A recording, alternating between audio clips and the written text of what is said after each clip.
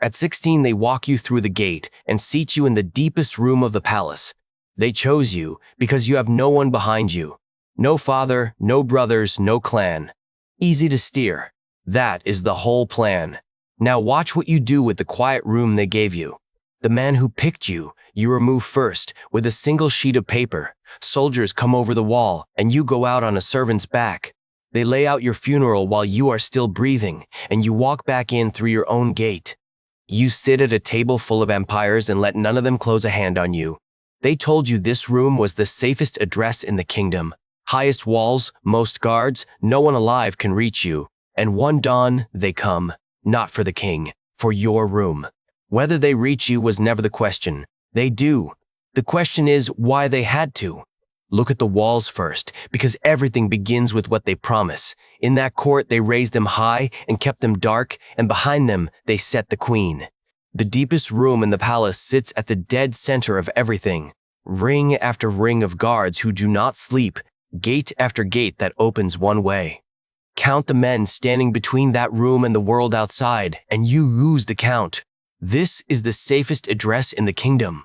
Out in the provinces, ministers scheme and armies move and men die for the throne, and none of it ever climbs these walls. One lamp burns in that room all night, and the whole weight of the palace exists to keep it burning. Marry into this room, and you are protected for the rest of your life.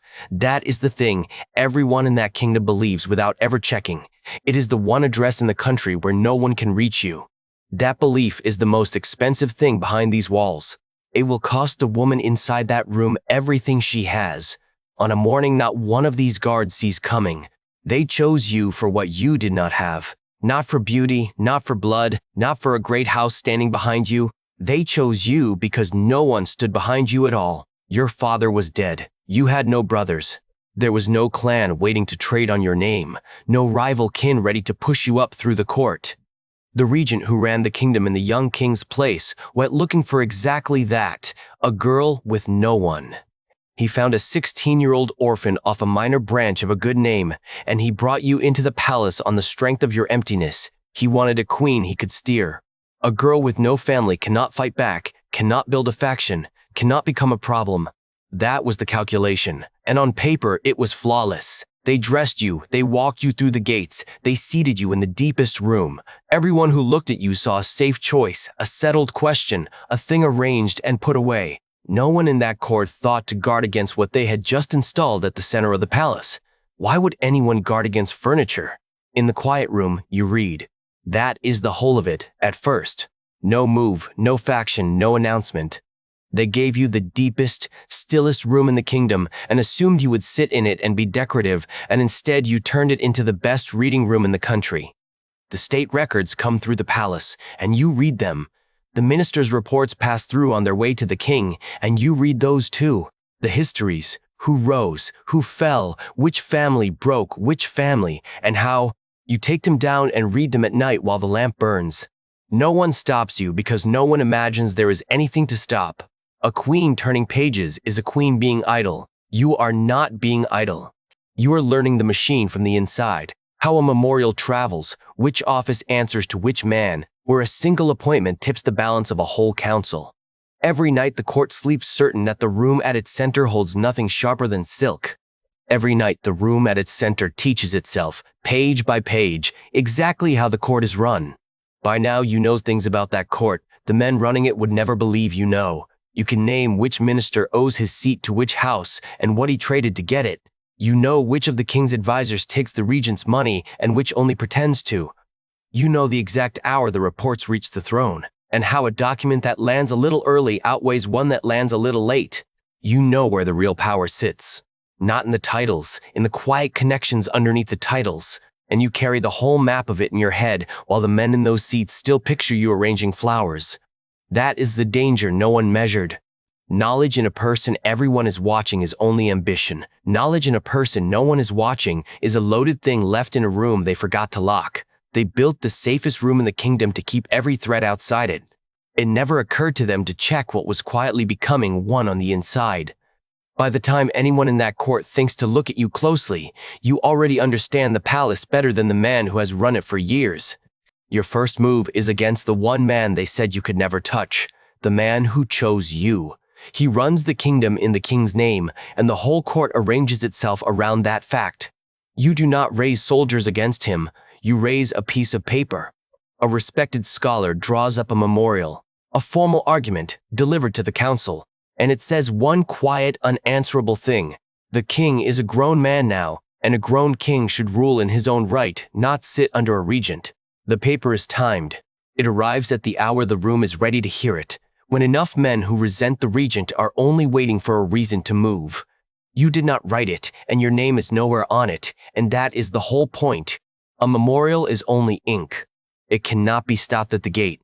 It cannot be turned back by guards. It walks straight into the council on the strength of sounding reasonable. The man who picked you because you had no weapons has just been handed, by you, the one weapon the palace cannot stop. And the cold part is how ordinary it looks. A single sheet, read aloud in a quiet room, and the ground under the most powerful man in the kingdom begins to give way. One morning the man who ran the kingdom does not run it anymore. No battle, no arrest at sword point, no crowd. The council simply accepts that the king will rule directly, and the regent is asked to retire to his own estate outside the walls. He goes.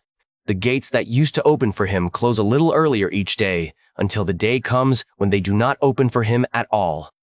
The court reorganizes itself around the king now, which means around you, and the men you studied in the quiet room begin to find your people sitting in the seats that matter. The room is yours. Take the measure of that, because it is the last real quiet you get. The man who chose a girl with no one behind her so that she would be easy to steer has just been steered out of his own court by that same girl, using nothing he could see coming. It cost you no soldiers. It cost him everything. And no one in the palace has fully understood yet what it means that the furniture just removed the man who arranged the room. The safest walls in the kingdom fail in a single night. It is not a foreign army that breaks them. It is soldiers of your own, men gone unpaid, handed rations of spoiled grain, pushed past the edge of what men take quietly. Their anger finds a direction, and the direction is you. They move through the city, and they come for the palace, and the high dark walls that were meant to make you untouchable turn out to have a top. Men come over it. Gate after gate that only opened one way is thrown open the wrong way. The guards who do not sleep are not enough, or not there, or already running. Everything the kingdom built to keep that deepest room sealed comes undone between dusk and dawn by men with nothing left to lose. And the thing you were promised, that behind these walls no one alive can reach you, becomes, in one night, the emptiest sentence in the country. They are inside. They are moving room by room toward the center. They are coming for the one address everyone swore was safe, and it is the address you are standing in. So you leave, not in a panic, as a move. There is no time to be the queen, so you stop being her. You put on the plain clothes of a court woman, one more faceless figure among the palace staff, and you make yourself no one worth a second look. A loyal man bends down, and you go out on his back, the way a tired servant is carried, past the men hunting for a queen and finding only more frightened workers. Out through your own gate, through the dark streets, while the palace behind you fills with soldiers searching for a woman who is no longer in it. You do not run far and grand. You go small and low, into a village out in the provinces, into a plain house where no one would ever think to look for the most powerful woman in the kingdom. The queen who lived at the exact center of everything is now a nobody in a back room in the country, listening at the door. It should feel like the end. It is a position. You are not finished. You are only off the board where they can see you, and a piece they cannot see is the hardest kind to beat. In the palace, they decide you are dead. The men who took the court while you ran cannot produce you, cannot find a body, cannot let the question hang, so they answer it for the kingdom. The queen is dead. And then they do the thing that should be impossible to sit through. They begin your funeral. The rites are set in motion. The cloth is laid out. The kingdom is told to mourn a woman who is, at that exact moment, alive in a village, hearing every word of it. You listen to the news of your own burial. You hear them prepare to bury a queen who is sitting up and breathing and taking it all in. Most people never learn what the world does the moment it believes they are gone. You learn it in real time, from a plain room in the provinces, while your own funeral is arranged behind the walls that were supposed to keep you safe. And somewhere in the middle of hearing yourself declared dead, the fear drains out and something colder takes its place. Because a dead woman is not watched. And a dead woman who is very much alive can do things a living queen never could. The dead queen sends for an army. From the plain house in the provinces, you are not hiding anymore. You are reaching, past the men who buried you, to a power large enough to pry the gates back open. Force comes. The men who declared you dead and carved up your court are still arranging the kingdom around your absence when the ground shifts under them again. The one who seized the moment is taken and carried off, and you come back. Not smuggled, not on a servant's back this time. Back through your own gate, in daylight, a woman the whole kingdom was told to mourn, walking into the palace that laid out her funeral cloth.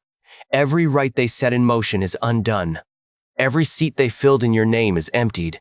The court that spent a season certain you were gone has to watch you sit back down in the deepest room and pick up exactly where you left off. They tried the strongest thing there is. They did not just remove you, they ended you. On paper, in front of the whole kingdom. And it did not take. The one thing more dangerous than a queen they cannot control is a queen they already killed once and failed. Now the danger stops coming over the wall and starts leaning on the whole kingdom from outside. Great empires crowd in around a small court, one to the north that ruled the region for centuries, one across the water rising fast and hungry, one vast and cold reaching down from further off. Each of them wants the kingdom in its own grip. And you get good, better every year. At the one game that keeps a small court from being swallowed, you let no single one of them close its hand. When one leans in too hard, you tilt toward another, and the first has to ease off or lose you to its rival. You give a little to the near one to hold off the far one, then warm to the far one to check the near one. Round after round, you keep the kingdom from belonging to any of them, standing at the center of the table playing hands. No one thought the orphan from the quiet room could play. But every round you win writes your name a little higher on a list, not a list of honors. A list kept by whoever wanted the hand. You just stop them from closing. The better you play, the more of them decide the real problem in this kingdom is the woman at the table. Then the strongest player wins its war, and the table tilts. The rising power across the water beats the old empire of the north, and now there is no near rival left to set against it. It is the near one and the strong one both, and its hand is closing on your court. So you reach for the one card still on the table, the vast cold power further off. You lean toward it, quietly, to weigh against the one that is winning. It is the same move you have made a dozen times, the move that has kept the kingdom free this long. Find the counterweight, tilt the table, deny anyone the whole board. It works the way your moves always work, and that is the exact moment it turns on you. Because to the power whose hand you just pried back open, you are no longer a nuisance to be managed. You are the one thing standing between it and the kingdom it has already decided it owns. Every clever hand you ever played comes due at once. The skill that kept you alive for 30 years does not save you now. It finishes the sentence. It marks you as the single obstacle, and obstacles do not get managed. They get removed. It ends before dawn, in the safest room in the kingdom. On the 8th of October, in the last dark before morning, men move on the palace, and they do not go to the king. He is not the problem. They go past everything else, through gate after gate, straight to the center, toward the one room the whole architecture was built to protect. The lamp is still burning in it. Every wall raised to keep that room sealed, every guard set to keep it safe, every promise that no one alive could reach this address, all of it comes to nothing in the last hour of a single night. They reach the deepest room, and in the one place in the country you were told you would always be safe. Before the sun comes up, you do not survive the morning. That is all that needs to be said of it. No scene, no cruelty, only the fact, cold as the hour, the safest address in the kingdom turned out to be the exact spot they came to for you, and they did not leave without it. Here is the thing they will get wrong about that night. They will say the walls failed because you were weak. They will say a woman was overrun because a woman is easy to overrun, that the orphan with no one behind her was always going to end this way, small and unprotected at the center of a palace that could not hold her. Every part of that is backwards. They did not come for you because you were weak. They came for you because you were the one person in that palace who kept beating them. The girl chosen to be steered, who removed the man who chose her, who walked back through the gate her own funeral had been carried out of, who sat at a table full of empires and let none of them close its hand. You were not the easy piece on the board. You were the one that kept winning, and the one that keeps winning is the one they finally have to remove. Weakness does not earn a night like that. Weakness gets ignored. What you got, the wall, the dark, the men moving straight to your room before dawn, is the exact measure of how much you are worth to beat. No one easy to steer ever earns a morning like the 8th of October. You did. That was the price of never once being furniture.